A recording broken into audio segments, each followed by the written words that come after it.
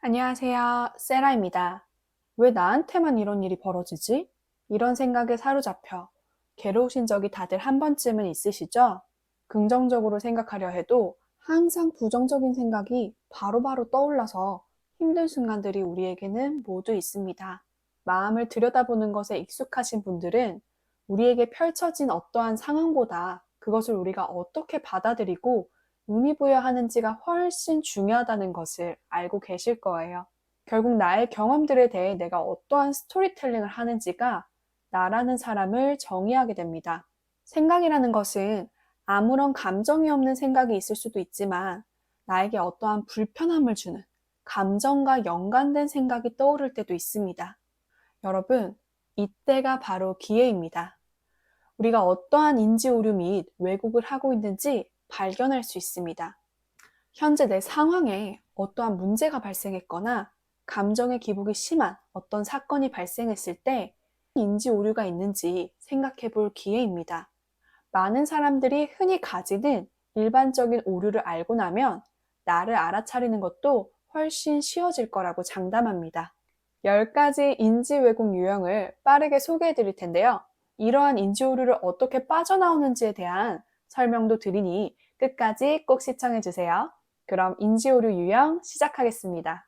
첫 번째, 흑백 논리 사고입니다. 흑백 논리 사고는 모든 것을 너무 단순하게 양극단으로 생각하는 것입니다. 누군가를 완전히 틀렸거나 옳다고 생각하거나 절대 아니다, 항상, 완전히, 틀림없다 와 같은 단정적인 표현을 많이 쓰는 경우를 말합니다.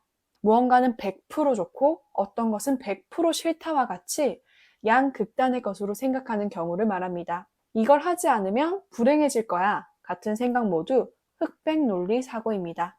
두 번째, 지나친 일반화입니다. 아주 적은 데이터를 바탕으로 모든 것을 아우르는 듯 진술하는 것을 말합니다.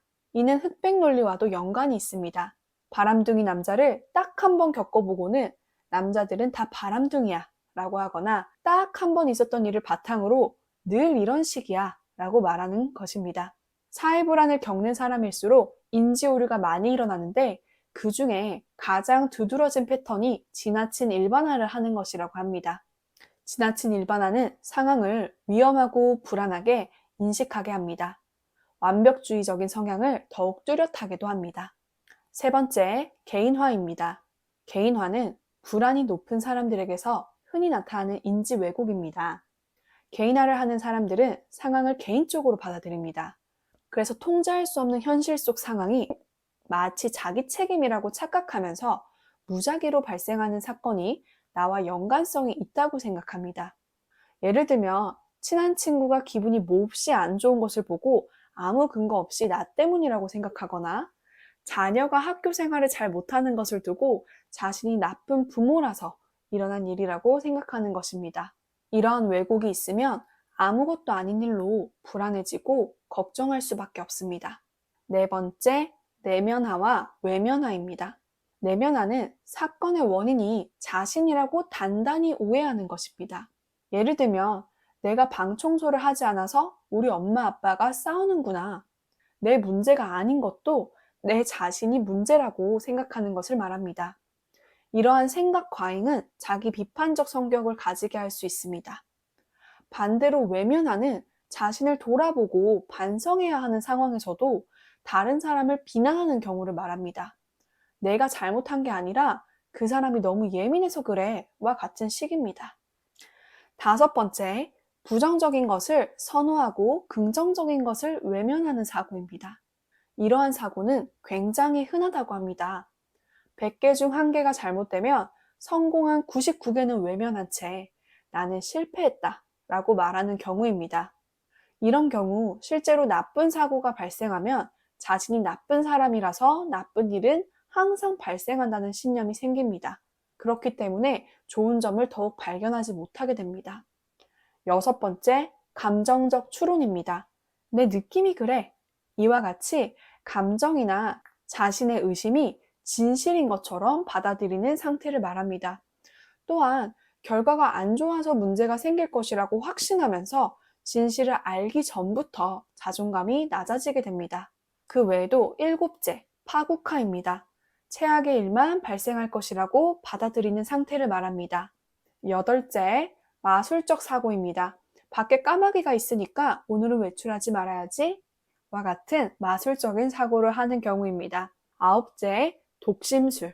그 사람이 나를 싫어해. 나는 그냥 알 수 있어. 이렇게 생각하거나 마지막 열 번째, 예언적 사고입니다. 오늘은 불길한 일이 일어날 거야. 난 알아. 이러한 사고를 말합니다. 우리 대부분은 동시에 여러 형태의 인지 왜곡을 경험한다고 합니다. 예를 들어 배우자의 외도를 걱정하는 사람이 있다고 한다면 그 사람은 실제로 배우자가 바람을 피우고 있다고 추측하고 그게 다 자신이 부족해서라고 생각할 수 있습니다. 이러한 인지 왜곡은 파국화나 예언적 사고로 이어져서 배우자와 헤어지고 혼자가 되는 결과를 지나치게 많이 생각하게 됩니다. 지금까지 인지 왜곡 유형 10가지를 알아봤는데요. 그렇다면 우리는 이 인지 왜곡에서 어떻게 벗어날 수 있을까요? 방법 첫 번째, 인지 왜곡을 하고 있는 순간 자신이 어떤 생각을 하고 있는 건지 알아차리는 것입니다. 강하고 감정적인 언어를 쓰진 않는지, 반드시나 해야만 한다와 같은 말을 쓰지는 않는지, 근거 없는 가정을 하지는 않는지, 다시 생각해보면 꼭 그렇지 않은 일을 정당화하려고 하지는 않는지 살펴보는 겁니다. 앞에서 제시된 나의 패턴화된 인지 오류만 알아차려도 훨씬 더 쉽게 알아차릴 수 있을 겁니다. 두 번째 방법은 낙관적인 사람이 하는 긍정적인 스토리텔링을 배우는 것입니다. 낙관적인 사람은 부정적이거나 나쁜 일에 대해서는 개인화하지 않고 일시적이고 특수한 경우라고 생각합니다. 예를 들면 이런 겁니다. 나쁜 일이 생겼을 때 이런 일은 나한테만 일어나는 일이 아니야. 어쩌다 한번 운이 안 좋았을 뿐이고 이거 말고 나머지는 다 잘 되고 있어. 이렇게 생각하는 거죠. 반대로 좋은 일이 생겼을 때는 개인성, 연속성, 보편성의 관점으로 바라봅니다. 역시 내가 노력한 보람이 있구나. 역시 나는 늘 운이 좋아. 나는 다른 일도 다 잘할 수 있겠구나. 이렇게 생각하는 겁니다. 그런데 비관적인 사람은 이와 정반대로 생각합니다. 나에게는 항상 안 좋은 일이 생기는구나. 나는 늘 운이 안 좋아. 나는 아무것도 못할 거야. 와 같은 사고를 하게 되는 것이죠. 심지어 좋은 일이 생겼을 땐 이렇습니다. 내가 열심히 해서 잘 된 게 아니라 어쩌다 이번에 운이 좋았나 봐. 이번엔 운이 좋았지만 다음은 알 수 없지. 낙관적인 사람과 부정적인 사람의 인식 차이가 정말 다르지 않나요? 부정적인 것은 그럴 수도 있지. 이번 한번 실패한 것 뿐이야. 하면서 넘기고 잘 된 것은 역시 나야. 기쁨을 누리고 역시 나는 운이 좋아. 라면서 자기 긍정하는 습관을 길러보면 좋을 것 같습니다. 사실 저는 이 중에 개인화와 내면화가 제가 가진 인지 오류라고 생각했어요. 그 외 것들은 저랑은 거의 상관이 없다고 생각했었습니다. 그런데 오늘 엄마랑 통화하면서 제가 엄마한테 과거에 고맙고 미안했던 일이 떠오르는 거예요. 그래서 제가 엄마한테 엄마 20대 때 내가 피해의식 가득하고 가족들을 원망하고 힘들어할 때 내 옆에 있어주고 그런 나를 감싸줘서 참 고마워. 이렇게 표현을 했거든요. 근데 저희 엄마가 이렇게 말씀하시는 거예요. 너 그렇게 피해의식을 많이 느끼며 살지 않았어. 잠깐 그랬을 뿐이야. 사람들은 행복한 9을 못 보고 불행한 1을 보면서 사는데 그것만 붙들고 자신이 불행하다고 생각하는 경향이 있어. 엄마는 그 말이 참 힘이 되더라? 지금 시골에 에어컨 안 나와서 힘들잖아. 이거 하나만 보고 덥다고 짜증내고 있어봐. 이 하늘, 이 바람, 이런 거 못 느끼겠지? 이렇게 말씀하시는 거예요. 순간 제가 요새 생각하고 있는 주제를 엄마가 말씀하셔서 깜짝 놀래기도 했고, 제가 미처 알아차리지 못한 저의 인지 오류를 알게 되었어요.